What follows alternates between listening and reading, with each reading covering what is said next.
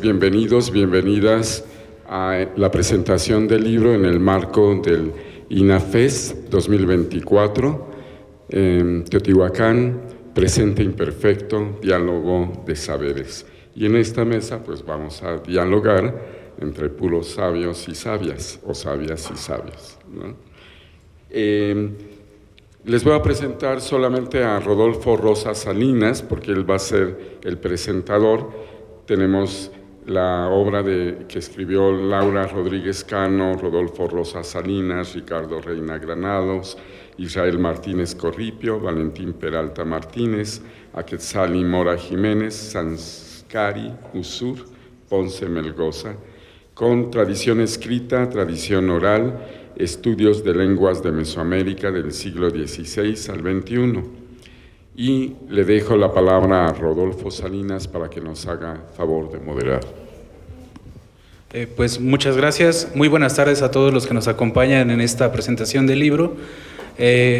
Para nosotros es grato porque se presenta una obra que conllevó bastante esfuerzo, bastante trabajo, pero muy satisfactorio. En este libro que se llama Tradición Escrita, Tradición Oral, se vaciaron muchos de los elementos que hemos trabajado durante distinto tiempo y se intenta hacer un recorrido a través de los registros escritos u orales de los diferentes idiomas de Mesoamérica. Es muy interesante que el INAFES ahora es sobre saberes, y en estos documentos, reflexionando sobre el libro, mucho se trató de trabajar los documentos locales, de trabajar con información que se obtiene en las mismas comunidades, precisamente de esos saberes que los antiguos nos legaron. Entonces, tenemos también un panel muy completo, tenemos a dos de los coordinadores, a dos de los autores, para poder platicar un poco sobre el libro. Y en ese sentido voy a darle primero la palabra al maestro Valentín Peralta Ramírez. Haré una breve presentación de él. Es licenciado en Lingüística por la Escuela Nacional de Antropología e Historia, nuestra querida ENA, maestro en Lingüística Indoamericana por el Centro de Investigaciones y Estudios Superiores en Antropología Social, el CIESAS. Es hablante nativo del náhuatl central, es algo muy importante y pues es una eminencia en este idioma. Actualmente es profesor de tiempo completo titular C en el posgrado de Lingüística de la Escuela Nacional de Antropología e Historia, responsable de la línea de investigación sobre la morfosintaxis de las lenguas chutonaguas e imparte las materias de lengua indígena, morfología y morfosintaxis, tanto en la licenciatura como en el posgrado de la ENA. Las áreas de investigación están orientadas hacia la documentación y descripción de las lenguas y dialectos nahuas, principalmente del náhuatl de Pajapan, el náhuatl de la Huasteca y el náhuatl clásico, de cuyo tema de hecho trata su artículo en el libro. Pertenece al cuerpo académico Sistemas de Escritura y Registros de Tradición Oral en Lenguas de México, y creo que en buena medida habría que decir que en parte este libro y varios que han salido han surgido por su culpa, en cierta medida. Entonces le doy la palabra.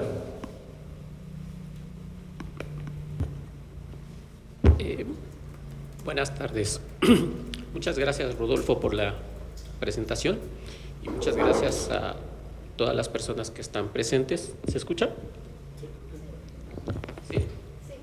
Bien, bueno, pues primero que nada, como digo, les agradezco mucho su presencia y efectivamente es un trabajo que nos costó pues trabajo sacar el libro.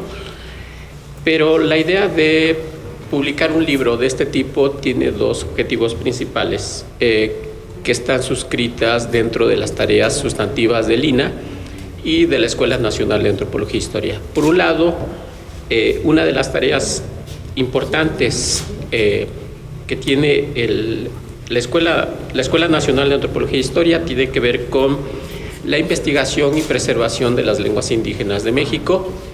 Y por otro lado, nosotros como profesores tenemos la intención de hacer la investigación, pero también el poder difundirla en términos de la enseñanza dentro de la escuela. Entonces, el estudio de las lenguas indígenas encaminada por un lado hacia la investigación científica y por otro lado hacia la docencia. En términos generales, podemos decir que las lenguas indígenas de México han sufrido varios factores que han conllevado en muchos lugares hacia los grados, digamos, de lo que llaman peligro de extinción. Muchas lenguas indígenas posterior a la conquista tuvieron la gran fortuna de ser documentadas.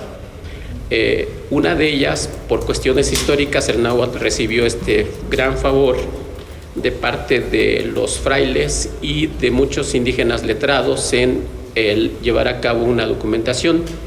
Se crearon una gran cantidad de artes, lo que hoy se le conoce como gramática, y de vocabularios escritos principalmente por los frailes, pero también hubo una gran cantidad de documentación religiosa, o sea, traducidos directamente del latín al náhuatl, muchos otros de carácter legal, como serían los juicios y demandas y testamentos, pero también hubo muchos otros documentos escritos para la preservación de la historia. O sea, hay un gran documento dentro de este ámbito, como sería el Códice Florentino. Pero también hubo muchas otras lenguas indígenas que no tuvieron este favor de su documentación y que están contemplados en esta obra. Por ejemplo, aquí la compañera que escribió algo sobre cuicateco, mazateco y quizá otras lenguas más favorecidas como el zapoteco, pero otras no tuvieron este favor. Lo cierto es que, a pesar de que el náhuatl y el maya fueron dos lenguas favorecidas en la documentación, no podemos negar que muchas comunidades, estas lenguas, o la mayoría de las lenguas, están desapareciendo. Yo esperaba aquí en Teotihuacán encontrarme gente que sea de la zona. No sé si alguien viene de esta región. Pero en esta región hace unos años se hablaba náhuatl y el último, registro que se hizo, lo hizo el señor, el maestro Pablo González Casanova, que recolectó una colección de cuentos y que unos de estos cuentos pertenecían a la comunidad de San Francisco Mazapan, que al parecer está cerca de aquí, de una de las pirámides. Pero hoy en día en esta región pues ya no se habla la lengua, ¿no? La idea de estudiar estas lenguas indígenas tiene que ver, como dije, por un lado por cuestiones científicas y que responde a las necesidades del conocimiento de la comunicación humana. O sea, todas las lenguas que conocemos tienen un fin, que es la comunicación entre los humanos. Y existen grandes diferencias, pero también existen una gran similitud en todas las lenguas, porque todas tienen una misma función, que es comunicar. Entonces, en ese sentido, las lenguas, absolutamente todas las lenguas cumplen esa función. Y su función principal es la comunicación, entonces no podríamos pensar en lenguas de mayor y menor prestigio, esas se las damos nosotros dependiendo de las sociedades. Así es que las lenguas indígenas deben ser consideradas como idiomas con todos los requisitos que sus hablantes se les atribuye, es decir, cumplen esa función. Pero el hecho de que se pierdan, pues perdemos una gran parte de esa información y nuestra tarea es hacer esa investigación. Y como ustedes han de saber que poco después de 1521, después de haber sido consumada la conquista, los frailes, como mencioné, hicieron pues una documentación. Y aquí lo importante es entender, por ejemplo, uno de los, de las tareas que tenemos aquí nosotros es que lo que corresponde a mi contribución es el estudio de por qué el náhuatl, siendo una lengua de una familia lingüística que se encuentra en el norte, en el noroeste de México y en el suroeste de los Estados Unidos, ahí están sus lenguas hermanas, pero el náhuatl migró hacia el sur. Todos sabemos que el náhuatl o los hablantes de náhuatl son los últimos grupos que migraron del norte al sur, ya sea por cuestiones míticas. Yo creo que la mayoría sabemos que los aztecas dicen que salieron de un lugar mítico llamado Chicomostoc, ¿sí? y Chicomostoc debe ubicarse en algún lugar, a pesar de que sea tal vez un mito, debe ubicarse en alguna parte del norte. ¿Por qué? Porque sus hermanas están en el norte. Pero todos sabemos que perteneciendo a esta, digamos, a esta familia Yutonagua, Yute porque hay una lengua que se llama Yute, que está en los Estados Unidos, y Nahua, que está en el sur. Entonces la familia lingüística está integrada por estos dos, digamos, grandes extremos. Por una parte la lengua más norteña y otra parte la lengua más sureña. Y aquí en este trabajo lo que quiero mostrarles, para los que les interesa las cuestiones gramaticales, es que las lenguas yotonaguas del norte tienen un sistema gramatical basado principalmente en un orden. Básicamente voy a hablar de 3 rasgos principales aquí. Uno es que esas lenguas, su orden sintáctico, es decir, sus oraciones se componen primero de sujeto, después el objeto y el verbo, y se les conoce a estas lenguas como lenguas de verbo final, ¿sí? 2, tienen un sistema de casos, de marcas de casos que vienen justamente en las frases nominales de sujeto y en las frases nominales de objeto, pero el verbo no tiene nada, ¿sí? Alguien que haya estudiado latín más o menos puede saber lo que sucede. El latín se comporta de la misma manera, es una lengua de casos, y las marcas de casos de sujeto y de objeto se marcan justamente en las frases nominales. ¿Qué ocurre con el náhuatl? Bueno, pues el náhuatl no es una lengua que tenga este orden sujeto, objeto, verbo, ¿sí? Sino que tiene un orden verbo, sujeto, objeto. Y uno se preguntará, bueno, si sus hermanas tienen un orden, ¿por qué el náhuatl tiene otro orden? Bueno, entonces el estudio está encaminado a entender, por un lado, la relación genética, es decir, la historia de esta lengua, y por el otro lado, su ubicación geográfica.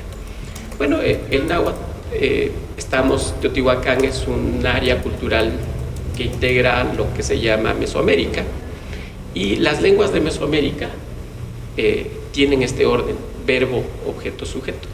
Entonces, tendríamos que plantear que el náhuatl tuvo mucho contacto, ya sabemos que tuvo mucho contacto, comercio, alianzas culturales, alianzas matrimoniales, guerras, comercio, y de ahí el prestigio de las lenguas de Mesoamérica influyeron en cambiar el sistema de esta lengua, ¿sí?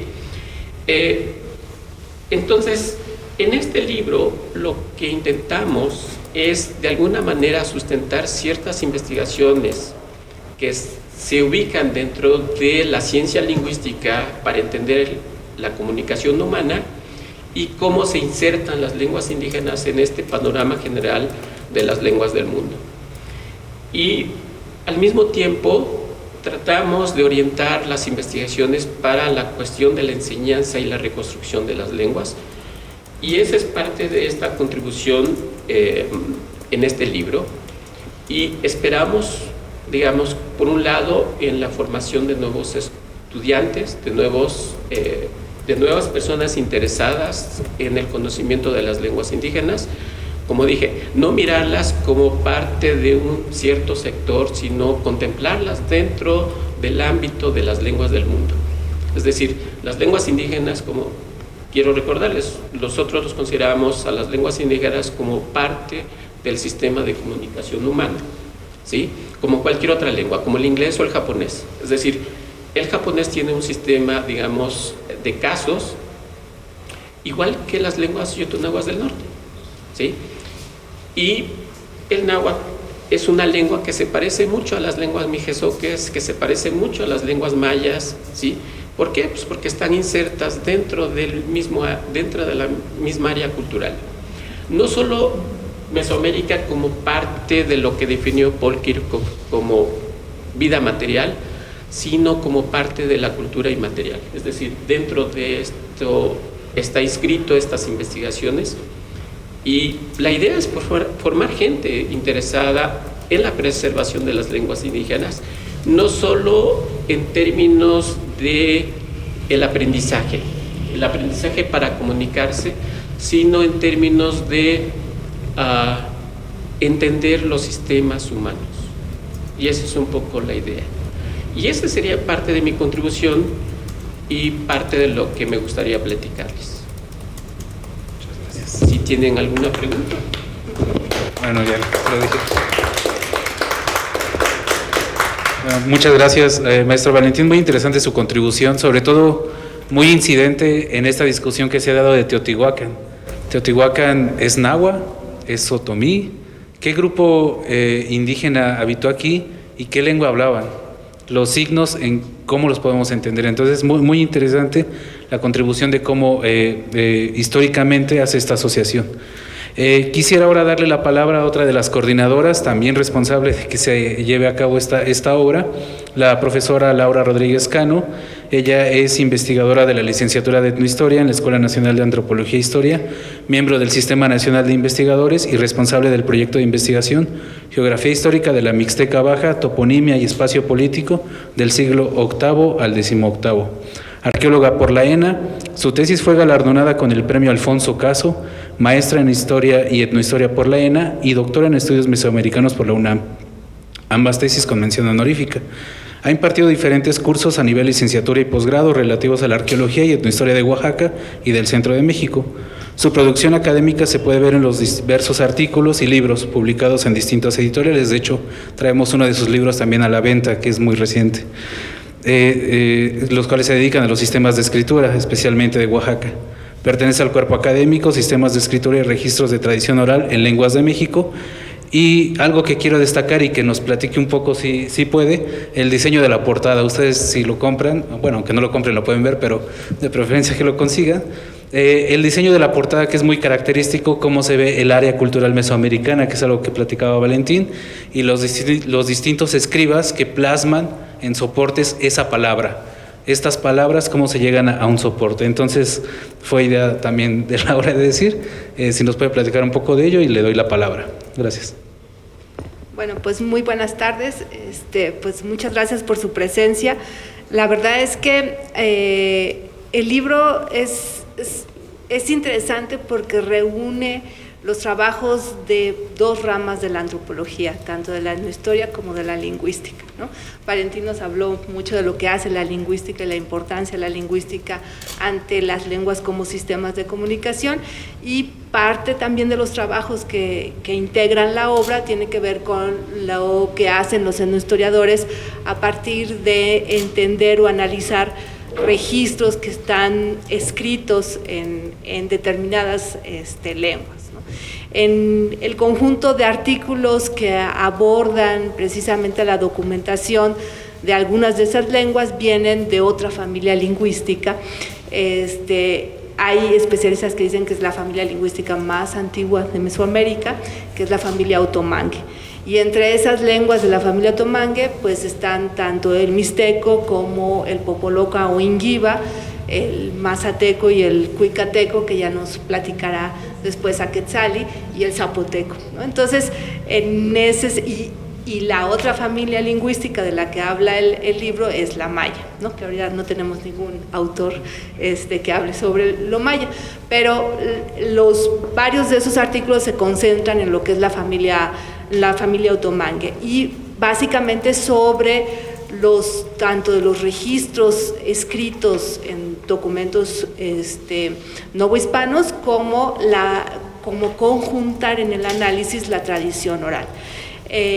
Una de las cosas que son muy importantes en ese análisis son los registros toponímicos, por ejemplo, es decir, los nombres del lugar, cómo las personas de determinadas poblaciones con diferentes lenguas nombran y reconocen su territorio, y la estructura que tiene esos nombres con relación a la lengua, ¿no? Entonces, en ese sentido, y por un poco lo que comentaba Rodolfo, si ustedes observan la portada, de alguna manera la imagen de la portada lo que intenta es resumir precisamente esa confluencia de estudios. Es por un lado toda el área cultural mesoamericana, que es el fondo, pero más en el fondo lo que tenemos son los documentos escritos en caracteres alfabéticos en zapoteco, si no mal recuerdo, o en náhuatl.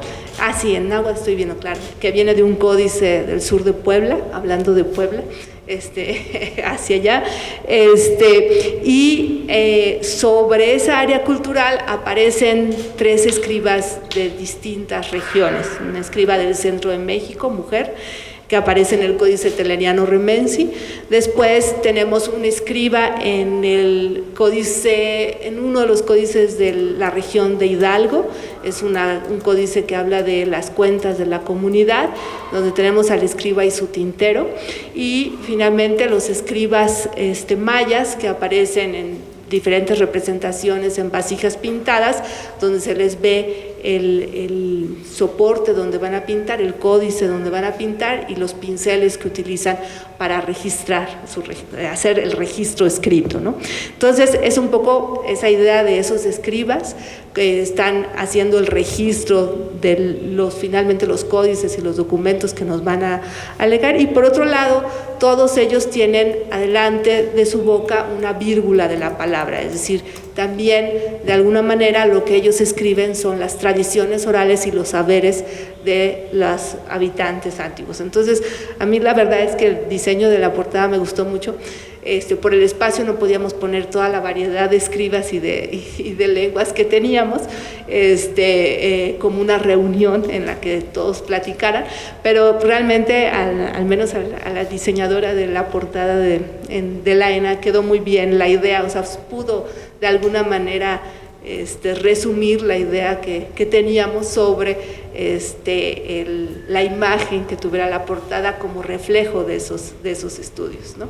Y en ese sentido, pues al menos desde los registros o desde la perspectiva etnohistórica, pues nos interesa mucho no solo el análisis de la lengua riguroso, morfológico, de entender sus estructuras, sino a partir de esos registros de la lengua acercarnos a la historia y a los saberes de las poblaciones, ¿no? Entonces a nosotros nos interesaba mucho participar en esta INAFEST sobre los saberes de las comunidades, porque finalmente parte de lo que refleja el libro tiene ahí parte de los saberes de estas comunidades, ¿no? Porque muchas veces para entender estos documentos históricos también nos acercamos a la población actual, y entonces con la tradición oral y con la memoria que tienen las poblaciones también podemos tener ciertas piezas de rompecabezas que solo leyendo los documentos históricos no podríamos lograr armar o entender, ¿no? Entonces por eso en ese sentido para nosotros los saberes de las comunidades suelen ser muy importantes para el trabajo que hacemos con la documentación histórica. Una de las cosas que creo que el libro también se vuelve importante es que registra o al menos tiene en un artículo particular y en una mención de otros de una lengua que poco se conoce y que hay pocos estudios, que es lo que se ha llamado desde el náhuatl la lengua popoloca o la lengua inguiba, como se autodenominan ellos, que también están en el sur de Puebla. En concreto, por ejemplo, comunidades como San Felipe o Tlaltepec.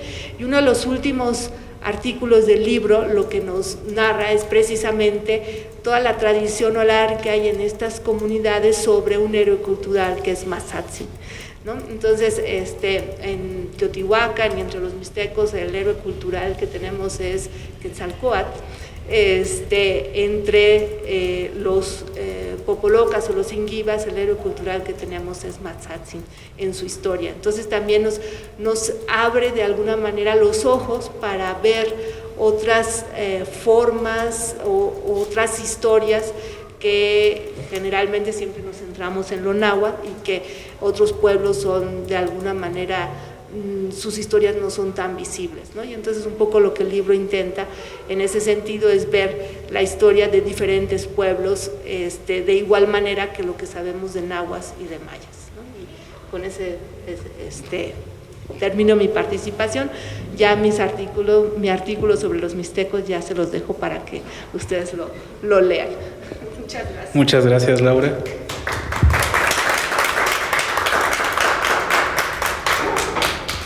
Y bueno, ahora le damos la voz a una de las autoras. Ella es Aquetzali Mora Jiménez, Aquetzali Nayeli Mora Jiménez. Ella es licenciada en etnohistoria por la ENA y estudiante de la maestría en antropología de la UNAM. En 2021 su tesis de licenciatura titulada La Cañada Oaxaqueña, región multiétnica con un pasado compartido, fue galardonada con el Premio Especial 500 años, con el primer lugar de hecho, Conquista y Resistencia Indígena. Ha participado activamente en el rescate de archivos históricos de los estados de Puebla y Oaxaca. De hecho, parte del artículo es resultado de esos trabajos de rescate de archivos y lo ha hecho como parte del proyecto de Geografía Histórica de la Mixteca Baja, coordinado por Laura Rodríguez. Dentro de sus trabajos más recientes se encuentra el artículo titulado Defendiendo la Tierra, conflictos entre comunidades en la Sierra Cuicateca, siglo XIX. Y bueno, le doy la palabra, pero quisiera que si nos pudiera ahondar sobre esta parte que hemos venido platicando de los saberes. Los saberes, ya lo decía al inicio, que el libro se nutre mucho de estos archivos locales, de estas narrativas que van y se recopilan en la comunidad, y la idea es también devolvérselas a ellos. Y en ese sentido, los saberes, ¿cómo los hallaste en este aspecto en tu artículo? Le cedo la palabra a Quetzali.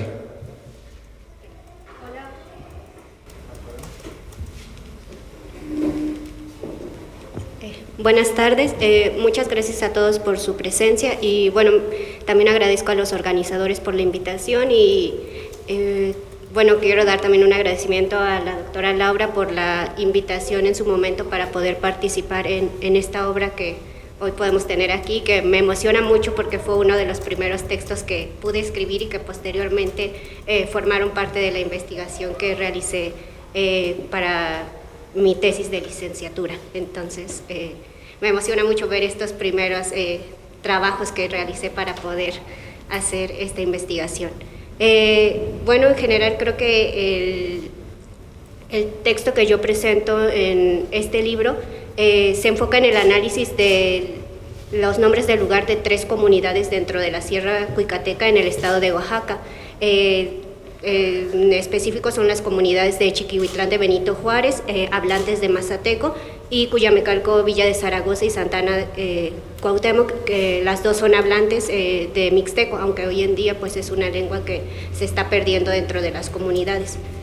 Como parte del trabajo yo en lo que me enfoqué fue en el registro en estas 3 comunidades, tanto de en el registro oral de narraciones míticas y de los nombres del lugar. En este caso lo que yo estoy presentando en el artículo es el análisis de estos nombres del lugar que pude registrar en las 2 lenguas, en el caso de las 3 comunidades, y para mostrar cómo estos nombres, a pesar de que tienen esta parte descriptiva que está reflejando el entorno que rodea a las poblaciones, así como a otros pueblos que se ubican dentro del área, también están siendo nombres que están dando explicaciones, tanto explicaciones de cómo se están viendo las poblaciones a los otros pueblos, así como cómo explican los acontecimientos que ocurrieron en la comunidad, tanto míticos como históricos, y que esto, al irlo contrastando con otro tipo de fuentes, permite entender a los nombres del lugar como más allá de descripciones del entorno geográfico.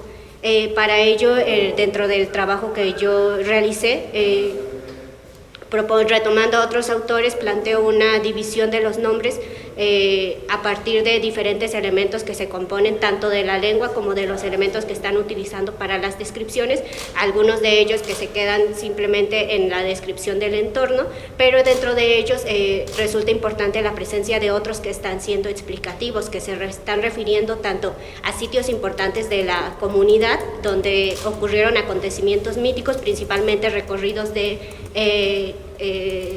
personajes fundadores de las comunidades, así como otros que están hablando más de sitios arqueológicos, de lugares que se habitaron en el pasado y en los cuales quedan rastros de estos antiguos asentamientos, y por otra parte otros que se están mencionando dentro de la documentación colonial, ya en un periodo posterior, pero que también refieren a esta historia de las comunidades, de cómo estos nuevos asentamientos pasaron a formar parte de su narrativa oral.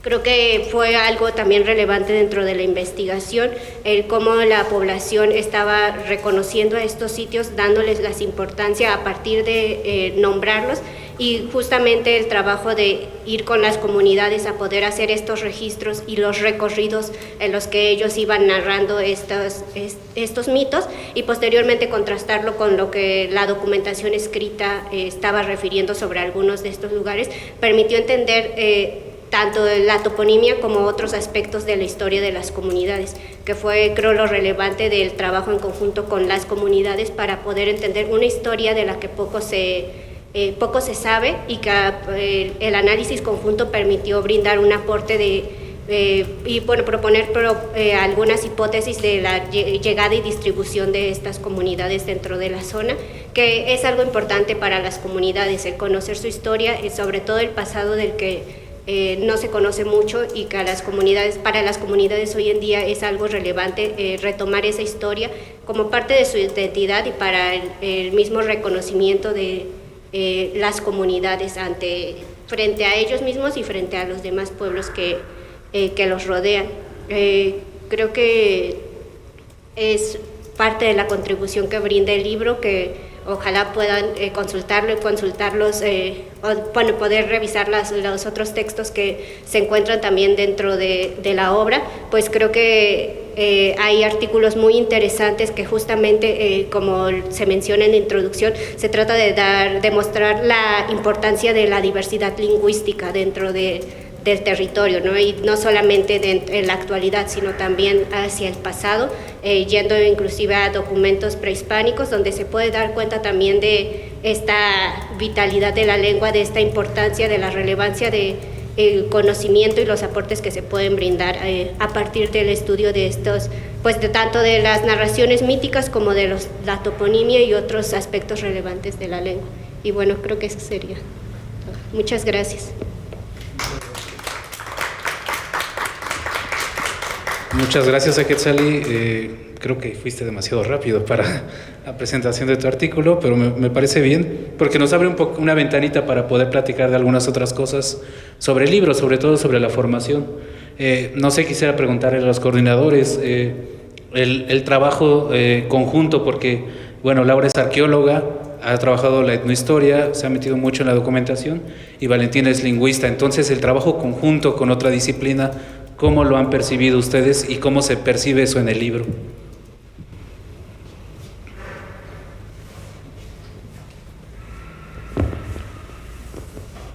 Bueno, yo creo que hay una de las cosas que históricamente tuvo la escuela. Primero, la escuela de antropología, digamos, antes de los años 80, había un tronco común, ¿sí? Y donde el egresado de la escuela tenía conocimientos básicos de antropología, historia y lingüística. Después, las ciencias siempre se han especializado a dividir sus campos de investigación. Y eso ha ocurrido también en nuestras disciplinas de las ciencias, de las disciplinas que se tienen en la escuela, de las 7 disciplinas que se tienen en la escuela. Pero regresamos también al hecho de que estas disciplinas tendrían que unirse en trabajo conjunto, porque todos trabajamos de alguna manera un mismo fenómeno, ¿sí? O sea, ¿qué es la historia y la comunicación o la cultura en términos generales? O sea, en términos generales trabajamos algo que tiene que ver con la cultura. Puede ser cultura material o inmaterial. Y en ese sentido, yo puedo decir que tuve la fortuna de no solo trabajar con lingüistas, sino empezar a trabajar con otras disciplinas. Y dentro de la escuela, la fortuna fue establecer un vínculo con Laura, porque yo creo que había interés en común. Y eso nos llevó, yo creo que nos conocimos hace más de 30 años, más o menos. O sea, ya lleva mucho tiempo que nos conocimos. Y a la hora de empezar a integrar cuerpos académicos dentro de la escuela, teníamos intereses comunes, que es, por un lado, dije, la investigación, y por el otro lado, pues trabajamos dentro de la docencia, dentro de la escuela. Y eso permitió que empezáramos a trabajar en términos de lo que podríamos llamar la reconstrucción historiográfica de los pueblos indígenas, en términos culturales y lingüísticos. Y eso yo creo que nos unió para seguir trabajando y formar cuerpos académicos que es lo más interesante, o sea, es cómo desde distintos puntos de vista podíamos analizar un mismo fenómeno, ¿sí? Que es, por un lado, las lenguas indígenas como parte de la cultura de estos pueblos en el mundo mesoamericano. Sí, así es, efectivamente. Laura, ¿quieres agregar algo? Pues solo eso, realmente creo que en esa desaparición del tronco común hizo que las disciplinas antropológicas se parcelaran, y entonces de repente pues encontrar estos ámbitos o espacios de trabajo que especialistas de distintas disciplinas generan por ese punto en común, pues logra esto, ¿no? Porque además pues lo interesante del libro es que aquí participamos pues eso, investigadores, profesores, pero también pues egresados y alumnos que se están formando y que también los motiva el interés de estudiar a las lenguas indígenas y sus registros, tanto en la oralidad como en la documentación, ¿no? Entonces, realmente, a la vez de que trabajamos con comunidades y con el diálogo de saberes con comunidades, pues también entre nosotros es un diálogo de saberes, ¿no? Porque tanto los saberes de los investigadores como los saberes de nuevas visiones que quieren trabajar cosas y que se integran en esta obra, ¿no? Entonces creo que eso es lo que hace para mí muy especial el libro en ese sentido, ¿no? Porque reúne pues esa primera formación, digamos, los especialistas, la primera formación, y luego integrar a las comunidades en ese sentido, ¿no? Creo que en eso. Pues muchísimas gracias a todos los que nos acompañan, los que nos acompañaron esta tarde. Yo nada más quisiera finalizar agregando que siempre es de celebrarse que haya un fomento editorial. En la escuela a veces es un poco complicado, trabado, un tanto lento, pero afortunadamente ha podido salir este trabajo junto con varios otros, y algo que siempre he dicho, mientras se mejore esta parte editorial de las instituciones educativas, en este caso la ENA, pues siempre va a dar paso para que haya discusiones académicas más cercanas, inclusive con otras partes del mundo. Varios de los temas aquí tratados se insertan en esas discusiones que se llevan en distintas universidades del mundo, y es bueno que exista este tipo de materiales precisamente para que haya ese diálogo, como dice el lema de este INAFEST, diálogo de saberes, los saberes que también se generan en la Escuela Nacional de Antropología y en el país. Pues les doy las gracias a todos los que participaron. No sé si alguien tenga alguna pregunta, algún comentario, si no, que se lo puede preguntar al libro. El libro está disponible a la venta, cuesta 150 ahorita por ser la presentación, generalmente está en 220, se puede conseguir también en la Escuela de Antropología, creo que también en la página del INA está, pero no sé si alguien tiene algún comentario, alguna pregunta, ya sea sobre el libro, sobre lo que comentaron los autores. Me parece que no. Les vamos a hacer un examen ahorita, terminando esto. Al parecer quedó clara la información. Pues les agradecemos a todos la participación. Esperemos que puedan disfrutar el libro. El libro realmente es agradable en su lectura, sobre todo porque el artículo final que comentaba Laura sobre el mito de Mazatzin está ilustrado además y te va llevando de la mano con las narrativas locales que se tienen sobre ese personaje. Entonces, bastante disfrutable de principio a fin, diría yo. No es porque sea autor, pero bastante agradable. Les agradecemos a todos y creo que le doy la palabra a Jesús Torres. Gracias. En realidad no te quito mucho el micrófono, más bien te doy le damos unas constancias de su participación a nombre del Instituto Nacional de Antropología e Historia, de la Zona Arqueológica de Teotihuacán y del Museo de Murales Teotihuacanos. Un pequeño reconocimiento, Laura. Muchísimas gracias. Y también a Rodolfo Rosas Salinas, por favor. Y a Ricardo Reina Granados, no está, ok.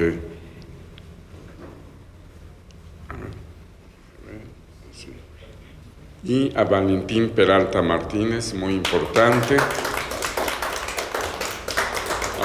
Somos familiares. Te lo cambio. Okay. Pero casi latinamos. Muchas gracias. y a Quetzali Mora Jiménez.